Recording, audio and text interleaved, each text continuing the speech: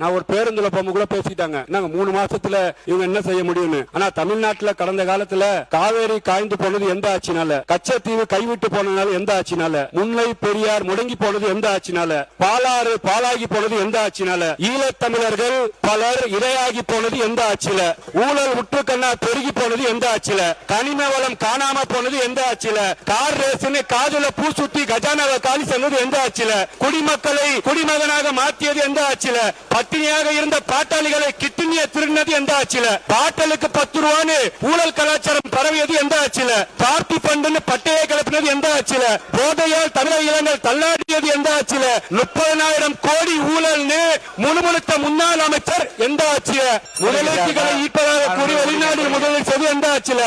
சட்ட ஒழுங்கு சீர்திருத்தி சந்தி சிரிச்சது எந்த ஆட்சியில, சுயநலத்துக்காக சாலை முதல் சத்துண முட்டை வரை ஊழல் நடந்தது எந்த ஆட்சியில, மக்கள் பணத்தை மைனர்கள் மஞ்ச குளித்தது எந்த ஆட்சியில, தமிழர்கள் தாரை தாரையாக கண்ணீர் வடித்தது எந்த ஆட்சியில, அலைக்கட்டு ஊழல் நடந்தது எந்த ஆட்சியில, ஆக மொத்தத்துல தமிழ்நாடு நாசமா போனது தீய சக்தி ஆட்சியிலே.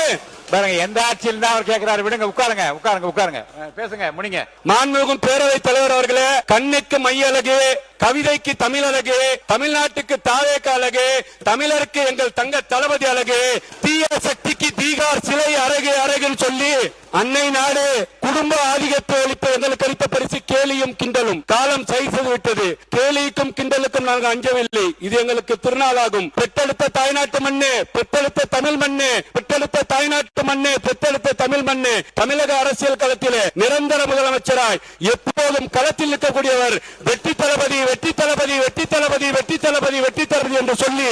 வாழ்க தமிழ், வளர்க தமிழ், ஜெய்ஹிந்த் என்று சொல்லி, அன்னை நாடு ஜெய்ஹிந்த் என்று சொல்லி, எண்ணிய முடிதல் வேண்டும், நல்லவை எண்ணம் வேண்டும், திண்ணிய நெஞ்சம் வேண்டும், தெளிந்த நல் அறிய வேண்டும், பண்ணிய பாவம் எல்லாம் பனிதமுள் பணியை போல நன்னும் நிற்பாக்கென்னும் நசித்திட வேண்டும் என்று இறைவாக்கு நன்றியை சொல்லி, பேரவைத் தலைவர்களுக்கு நன்றியை சொல்லி, முதலமைச்சருக்கு நன்றியை சொல்லி, அமைச்சர்கள் நன்றியை சொல்லி, வாய்ப்பளித்த